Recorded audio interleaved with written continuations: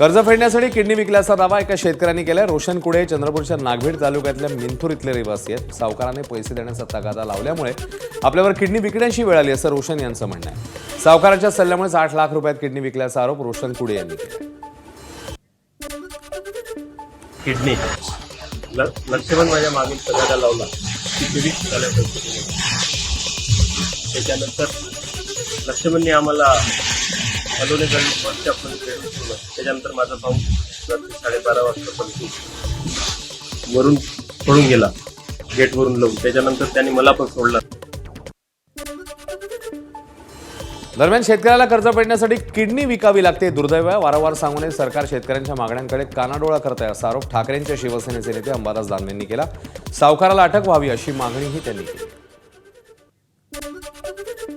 असा सावकारी अनधिकृत जर करणारा सावकार असेल तर सगळ्यात आधी त्याला जेलमध्ये टाकलं पाहिजे।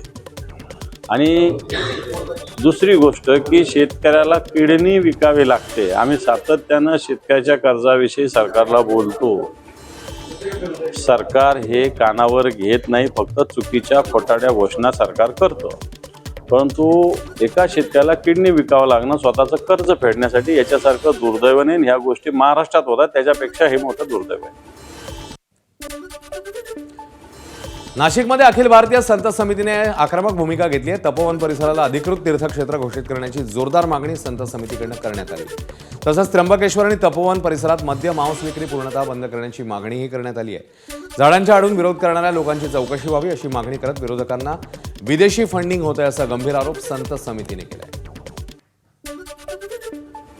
तपोवन साधु ग्राम का वो क्षेत्र जहाँ साधु संत निवास करते हैं, भगवान राम ने तप किया है, उस क्षेत्र को तत्काल तीर्थ क्षेत्र घोषित किया जाए और वहाँ मांस मदिरा की बिक्री प्रतिबंधित की जाए, यह संत समिति की मांग है। मराठा आंदोलक मनोज जरांगे दिल्लीत दाखल झाले। जरांगेंनी दिल्लीतल्या शाळेत आत्महत्या केलेल्या शौर्य पाटीलच्या कुटुंबियांची भेट घेतली आहे। शौर्य पाटीलने काहीच दिवसांपूर्वी शाळेतल्या शिक्षकांकडून मानसिक छळ होत असल्याने सुसाईड नोट लिहित आत्महत्या केली होती। त्यामुळे शौर्यला न्याय मिळावा याकरता जरांगे आता मैदानात उतरले। नाशिकमधले मंत्री माणिकराव कोकाटे मानहानी प्रकरणी महत्त्वाची घडामोड समोर आली आहे। रोहित पवारांना आपली बाजू मांडण्यासाठी कोर्टाकडून पुन्हा एकदा मुदतवाढ मिळाली आहे। मंत्री कोकाटेंनी कोर्टात सादर केलेल्या कागदपत्रांची तपासणी करण्यासाठी आता 23 डिसेंबरपर्यंत मुदतवाढ आहे। माणिकराव कोकाटे रमी खेळतानाचा व्हिडिओ रोहित पवारांनी ट्विट केल्यावर हे प्रकरण न्यायालयात गेलं होतं। कोकाटेंनी बाजू मांडल्यानंतर संबंधित व्हिडिओ कुणी काढला याची पोलीस चौकशी करण्याची मागणी करण्यात आली। मात्र कोकाटेंच्या वकिलांनी कोणतीही हरकत नोंदवली नसल्यानं पुढील सुनावणी आता 23 डिसेंबरला होणार आहे। पुण्यातल्या मुंढवा जमीन प्रकरणी अटकेत असलेल्या शीतल तेजवानीचा बावधन पोलिसांनी ताबा घेतलाय। बावधन पोलिसांनी शीतल तेजवानीचा येरोडा तुरुंगातून ताबा घेतला। आता शीतल तेजवानीची कसून चौकशी होणार आहे।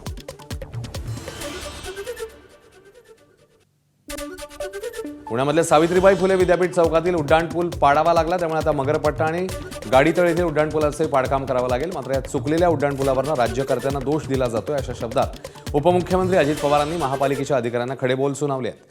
एखाद्या प्रकल्पाबाबत तज्ज्ञांनी सांगितलं पाहिजे, 50 वर्षांचा विचार करून शहराचं नियोजन करावं लागतं।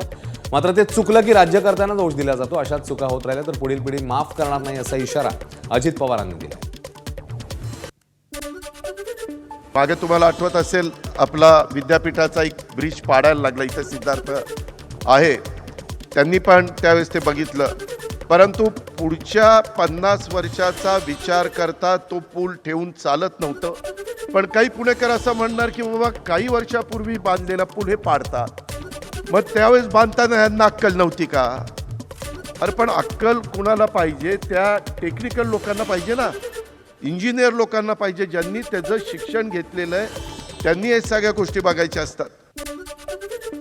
लातूरमधून एक धक्कादायक प्रकार समोर आला। 1 कोटीच्या विम्यासाठी स्वतःच्या मृत्यूचा बनाव करत वृद्ध व्यक्तीची हत्या करण्यात आली आहे। औसा तालुक्यातल्या वानवडा शिवारात मध्यरात्री गणेश चव्हाण यांनी गोविंद यादव या वृद्ध व्यक्तीला लिफ्ट दिली।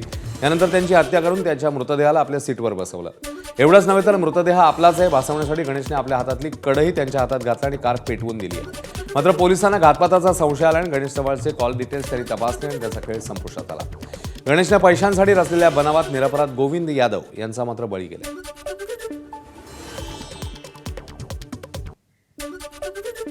हा जो मयत इसम आहे हा गोविंद यादवच आहे। या अनुषंगाने सुद्धा जो तपास आहे तो तपास सुद्धा पुढे केला जाईल। आणि DNA सॅम्पलिंगच्या आधारे सर्व पुरावे त्या ठिकाणी प्राप्त केले जातील. सदरची जी घटना आहे किंवा गणेश चव्हाणने जो केलेला बनाव आहे, तर हा बनाव लातूर पोलिसांनी 24 तासाच्या आत त्यामध्ये उघडकीस आणलेला आहे आणि एक गंभीर स्वरूपाचा असा जो गुन्हा आहे, तर तो गुन्हा त्या ठिकाणी उघडकीस आणून आरोपीला ताब्यात घेण्यामध्ये सुद्धा पोलिसांना त्या ठिकाणी यश आलेलं आहे. पुण्यामधील भीमाशंकर मंदिरात सुरक्षा रक्षकाने भाविकांवर दादागिरी केल्याचं समोर आले. हे भाविक कुटुंब बुलढाणा जिल्ह्यातल्या मलकापूर इथलं आहे. भगत कुटुंब भीमाशंकर इथे दर्शनासाठी आलं होतं. त्यावेळी तिथल्या सुरक्षा रक्षकाने कुटुंबातल्या महिला आणि बालकांसोबत वाद घातला आणि त्यांना दर्शन घेऊ दिलं नाही. हे कुटुंब 3 तासांपासून दर्शनासाठी रांगेत उभं होतं. दरम्यान सुरक्षा रक्षकाच्या दादागिरीचा व्हिडिओ आता व्हायरल झाला.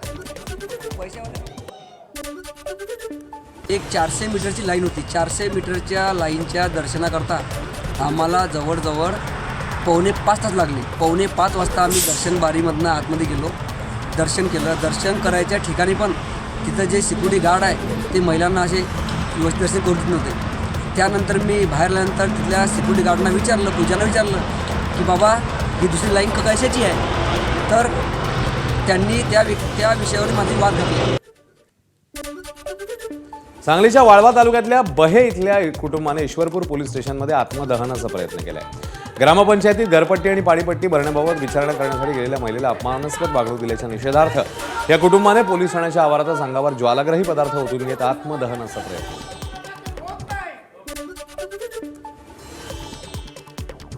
आता पुढची बातमी. शिक्षक भरती 2025 साठी पवित्र पोर्टलवरील नोंदणी प्रक्रियेला अखेर सुरुवात झाली आहे. एबीपी माझाने 2 दिवसांपूर्वी राज्यातील अभियोग्यता परीक्षा पात्र विद्यार्थ्यांची परिस्थिती दाखवलेली. यानंतर प्रशासन खडबडून जागा झालंय. अभियोग्यता परीक्षा उत्तीर्ण झालेल्या विद्यार्थ्यांना आता पवित्र पोर्टलवर नोंदणी करता येणार आहे. ही नोंदणी प्रक्रिया 15 डिसेंबर ते 29 डिसेंबर पर्यंत खुली राहणार आहे. राज्यातील तब्बल 2.5 लाख पात्र विद्यार्थ्यांना याचा थेट फायदा होणार आहे. पुणे जिल्ह्यामध्ये बिबट्याची दहशत कायम आहे. जुन्नर तालुक्यातील बल्लाळवाडी इथे एकनाथ डोंगरे या शेतकऱ्याच्या घराजवळ बिबट्याने हल्ला करण्याचा प्रयत्न केला, मात्र कुत्र्याने बिबट्यांना पळवून लावलंय. बिबट्याच्या वाढत्या हल्ल्याने नागरिकांचं जगणं अवघड झालं. त्यामुळे बिबट्यांचा बंदोबस्त करण्याचं मोठं आव्हान वनविभागासमोर आहे. अहिल्यानगर जिल्ह्यात गेल्या 3 महिन्यात बिबट्याच्या हल्ल्यात 4 जणांचा मृत्यू झालाय, ज्यामध्ये 2 चिमुकल्यांचा समावेश आहे. या पार्श्वभूमीवर वनविभागाने लावलेल्या पिंजऱ्यात गेल्या 3 महिन्यात तब्बल 34 बिबटे जेरबंद झालेत. मात्र या बिबट्याच्या सांभाळासाठी वनविभागासमोर मोठ्या अडचणी आहेत. उपवन संरक्षकांनी बिबट्यांच्या देखभालीसाठी शासनाकडे 45 लाख रुपयांच्या निधीचा प्रस्ताव पाठवलाय अशी माहिती आहे. तसंच जिल्ह्यात रेस्क्यू सेंटर नसल्यानं बिबट्यांना इतर वनतारा किंवा रेस्क्यू सेंटरमध्ये हलवण्याच्या परवानगीचा प्रस्ताव देखील पाठवण्यात आलाय. अहिल्यानगर जिल्ह्यात बिबट्यांचा उच्छाद सुरू असतानाच आणखी एका बिबट्याला जेरबंद करण्यात आलं. कोपरगाव तालुक्यातल्या पडेगाव शिवारात वनविभागाने लावलेल्या पिंजऱ्यामध्ये बिबट्या अडकला. जिल्ह्यातील विविध विभागात बिबट्यांचा वावर वाढलाय, त्यामुळे नागरिकांमध्ये भीतीचं वातावरण आहे. बिबट्यांना जेरबंद करण्यासाठी वनविभागाकडून विशेष मोहीम राबवली जाते. पडेगाव शिवारात उच्छाद मांडणारा बिबट्या अखेर पकडण्यात आलाय. मात्र आणखी बिबटे परिसरात असण्याची शक्यता आहे. सर्वच बिबट्यांचा बंदोबस्ताची मागणी नागरिकांकडून होती. पालघर जिल्ह्यात बिबट्याच्या दहशतीमुळे नागरिकांमध्ये भीतीचं वातावरण आहे. केळवे रोड येथील झांझरोळी धरण परिसरातील बिबट्याने गायीच्या वासरावर हल्ला करत गंभीर जखमी केल्या. जयसिंग रावते यांच्या घराजवळ ही घटना घडली. घटनास्थळी बिबट्याचे ठसेही आढळून आले. जव्हार, मोखाडा, विक्रमगड, डहाणू आणि पालघर तालुक्यात गेल्या काही दिवसांपासून बिबट्याचा वावर वाढतोय. घटनेनंतर परिसरात वनविभागाला पाचारण करण्यात आलं आणि तातडीने उपाययोजना करावी अशी मागणीही करण्यात आली. साताऱ्याच्या जावळी तालुक्यातील वेळे देऊर गावातल्या ग्रामस्थांनी सह्याद्री व्याघ्र प्रकल्पाच्या कार्यालयावर ठिय्या आंदोलन केलं. नागरी सुविधा न देता व्याघ्र प्रकल्पात वाघ सोडल्यानं प्रशासन नागरिकांच्या जीवाशी खेळत असल्याचा आरोप वेळे देऊर ग्रामस्थांनी केला. सारंगखेड्याच्या अश्व बाजारात 606 घोड्यांच्या विक्रीतनं 3,30,50,000ची उलाढाल झाली. यंदा 5 कोटीपेक्षा अधिकची उलाढाल होईल असा अंदाज व्यक्त केला जातो. धाराशिवच्या भूम तालुक्यातील आरसोली शिवारात नोटीस झुगारून रेड्यांच्या टकरीचं आयोजन करण्यात आलेलं. या प्रकरणी आता भूम पोलिसांनी कारवाई केली. पैज आणि मनोरंजनासाठी प्राण्यांना क्रूरतेने वागवल्याप्रकरणी आणि लोकांचा जीव धोक्यात घातल्याप्रकरणी आयोजकांसह एकूण 13 जणांवर भूम पोलीस ठाण्यात गुन्हा दाखल झाला. नाशिकच्या बागलाणवासियांचा आराध्य दैवत असलेल्या देव मामलेदार यशवंतराव महाराज यात्रेला शासकीय महापूजेने सुरुवात झाली. 15 दिवस चालणाऱ्या यात्रेसाठी राज्यभरातून भाविक दाखल झाले आहेत. देव मामलेदार यशवंतराव महाराज यांची 138वी पुण्यतिथी.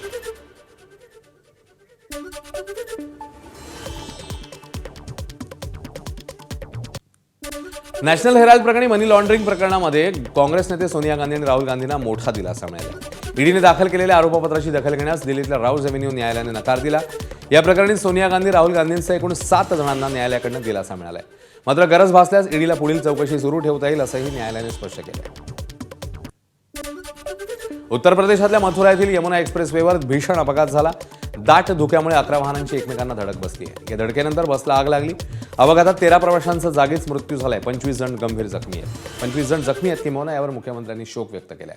मुख्यमंत्र्यांनी त्यांच्या मदतनिधींना पीडितांना 2 लाख रुपयांची मदत जाहीर केली. ब्राझीलच्या गुआइबा शहरात जोरदार वाऱ्यामुळे स्टॅच्यू ऑफ लिबर्टीची प्रतिकृती कोसळली. या घटनेचा व्हिडिओ पाहणाऱ्यांनी तो रेकॉर्ड केला आणि आता तो सोशल मीडियावर व्हायरल होतोय.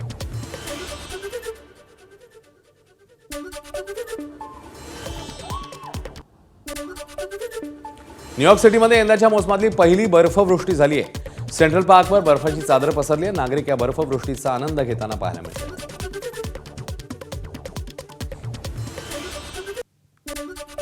जपानच्या उत्तरेकडील होकायडो बेटावर बर्फवृष्टीमुळे जनजीवन विस्कळीत झालं. वेगाने विकसित होणाऱ्या कमी दाबाच्या क्षेत्रामुळे जोरदार वारे आणि प्रचंड बर्फवृष्टी होती आहे. या खराब हवामानाचा फटका वाहतुकीला मोठ्या प्रमाणात बसलाय. एकीकडे विमान कंपन्यांनी 29 उड्डाणं रद्द केली आहेत, तर दुसरीकडे JR होकायडोने 77 रेल्वे सेवा तुर्तास स्थगित केली आहे. प्रशासनाने किनारी भागात वादळपूर आणि हिमस्खलनाचा इशारा दिलाय. नागरिकांना सतर्क राहण्याचं आवाहन करण्यात आलं. इंडोनेशियातील पुरामुळे मोठ्या प्रमाणात नुकसान झालंय. शेकडो घरं उद्ध्वस्त झाली आहेत आणि मोठ्या प्रमाणात मालमत्तेचं नुकसान होतंय. यावर्षी इंडोनेशियामध्ये पूर आणि भूस्खलनामुळे सुमारे 1000 लोकांचा मृत्यू झाला. मोरोक्कोमध्ये मुरामुळे प्रचंड हाहाकार झाला. 21 लोकांचा मृत्यू झाला. 20हून अधिक जण जखमी झालेले पाहायला मिळत आहेत. मोरोक्कोच्या साफी शहराला पुराच्या पाण्याचा सर्वाधिक फटका बसलाय. अनेक घरं पूर्णपणे पाण्याखाली गेली आहेत, तर बाहेर पार्क केलेली वाहनं देखील वाहून गेली आहेत. बांगलादेश आणि नेपाळनंतर जेन झीच्या आंदोलनामुळे आता बल्गेरियातही सरकार कोसळलं. युरोपमध्ये पहिल्यांदाच तरुणांच्या आंदोलनामुळे सरकार खाली आलंय. 1 लाखाहून अधिक निदर्शकांनी राजधानी सोफियाचे रस्ते अडवले. जेन झी निदर्शकांची संख्या इतकी मोठी होती की सरकारने त्यांना पांगवण्याकरता बळाचा वापर केलाय. भ्रष्टाचाराच्या आरोपांनी वेढलेल्या अल्पसंख्याक आघाडी सरकारविरोधात विद्यार्थ्यांनी निदर्शनं केली, तेव्हा त्यांना राजीनामा देण्यास भाग पाडण्यात आलं.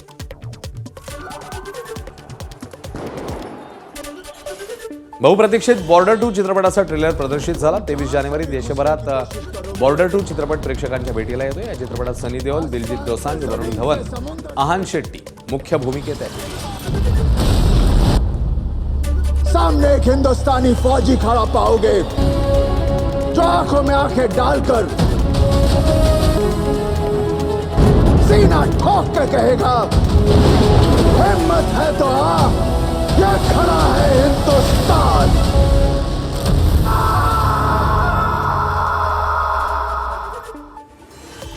आदित्य धर यांच्या धुरंधर सिनेमाचा सध्या सगळीकडे बोलबाला आहे. हा सिनेमा दिवसेंदिवस यशाची नवी शिखरं गाठतोय. या सिनेमाने 10 दिवसवर बॉक्स ऑफिसवर तुफान कमाई केली आहे. सर्व शो हाऊसफुल आहेत. धुरंधरने 10 दिवसात जगभरात 500 कोटींचा टप्पा ओलांडलाय, तर जगभरातली एकूण कमाई 552.70 कोटी इतकी पोहोचली आहे. रणवीर सिंग सध्या धुरंधरमुळे चर्चेत आहे. 5 डिसेंबरला प्रदर्शित झालेला त्याचा हा चित्रपट बॉक्स ऑफिसवर धुमाकूळ घालतोय. चित्रपटाची क्रेज आहे. सोशल मीडियावरही धुरंधरची चर्चा आहे. अशातच रणवीरने पहिल्यांदाच चित्रपटाबद्दल प्रतिक्रिया दिली आहे. नशिबाची सुंदर सवय असते, योग्य वेळ आली की ते नक्कीच बदलतं, त्यामुळे आशा आणि संयम ठेवावा असं रणवीरने म्हटलं.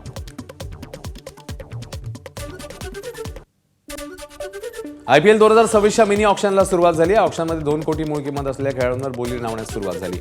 यामध्ये कॅमेरून ग्रीनचं नाव येतात. संघामध्ये बोलीची चुरस पाहायला मिळाली. सर्वात आधी मुंबई इंडियन्स आणि राजस्थान रॉयल्सने बोली लावली. मुंबईने सर्वात कमी पैसे घेतल्यानं लगेच माघार घेतली, तर राजस्थानने 13 कोटीहून अधिकचा आकडा गाठताच माघार घेतली. त्यानंतर KKR आणि चेन्नई सुपर किंग्ज यांनी माघार न घेता मोठी बोली लावली. दोन्ही संघांमध्ये कॅमेरून ग्रीनला संघात घेण्यासाठी चुरस सुरू झाली.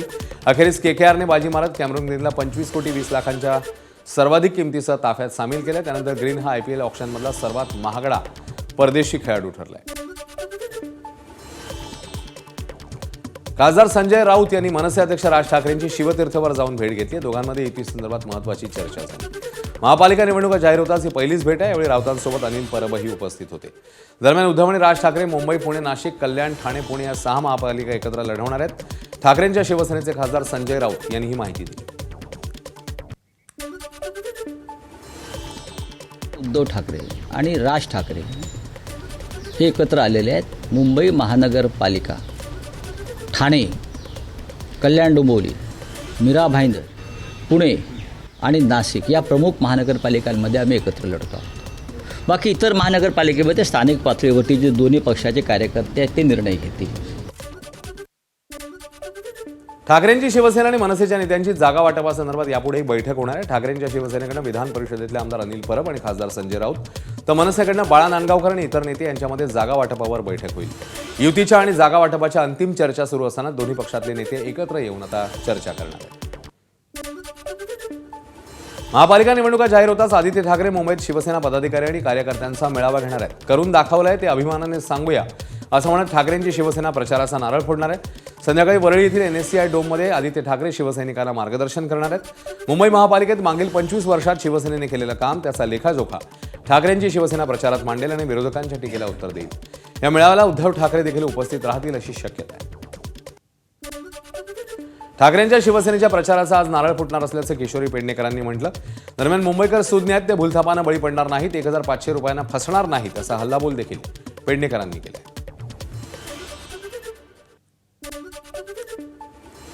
मुंबई महापालिकेसाठी RPI आठवले गट आणि भाजपची बैठक पार पडली. या बैठकीत RPIने मुंबईतल्या 8 ते 10 जागांची मागणी केल्याची सूत्रांची माहिती आहे. कलिना, चेंबूर, गोरेगाव या भागातल्या जागांवर RPIने दावा केला अशी विश्वसनीय सूत्रांकडून माहिती कळते.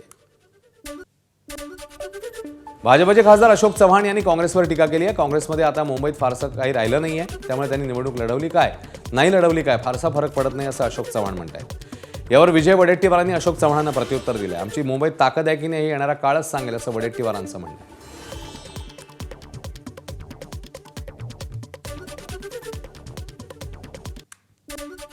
भाजपचे माजी खासदार रणजित नाईक निंबाळकर आणि रामराजे निंबाळकर यांच्यामध्ये पुन्हा एकदा जुंपली आहे. आपल्या कार्यकर्त्यांना आणि भगिनींना त्रास झाला तर काळा कोट घालून कोर्टात उभं राहीन असा इशारा रामराजे नाईक निंबाळकरांनी नाव न घेता रणजित निंबाळकरांना दिला होता. यावर आता रणजित नाईक निंबाळकर यांनी नाव न घेता रामराजेंना प्रत्युत्तर दिलं. डोक्यावर परिणाम झाल्यावर अशा पद्धतीची वाक्य काही माणसं बोलतात, त्यांना फलटणची जनता जागा दाखवल्याशिवाय राहणार नाही असं निंबाळकरांनी म्हटलं. उपमुख्यमंत्री एकनाथ शिंदे ठाण्यातल्या पदाधिकाऱ्यांची महत्त्वाची बैठक घेणार आहेत. आगामी महापालिका निवडणुकीच्या पार्श्वभूमीवर शिंदे गटप्रमुख, विभाग प्रमुख, संपर्क प्रमुख, शाखा प्रमुख, आमदार, खासदार, माजी नगरसेवक यांना मार्गदर्शन करणार आहेत. मुंबईसह ठाण्याची निवडणूक जाहीर झाली आहे, त्यामुळे एकनाथ शिंदे आता ॲक्शन मोडवर आहे. ठाण्यात युती करून भाजपसोबत लढायचं असल्यानं जागा वाटप, प्रचार, मोठ्या सभा, इच्छुक उमेदवार या संदर्भातले महत्त्वाचे निर्णय आता घेतले जाण्याची शक्यता आहे. 11 आणि 12 जानेवारीला शिवाजी पार्कमध्ये सभा घेण्याकरता मनसेने मुंबई महापालिकेला पत्राद्वारे परवानगी मागितली आहे.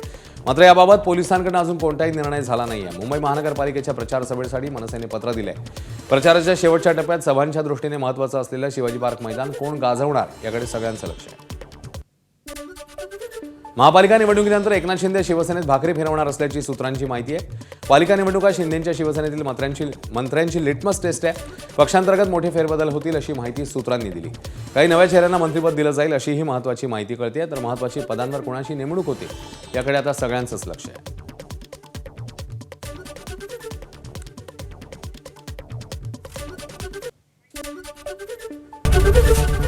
ABP माझा, उघडा डोळे बघा नीट.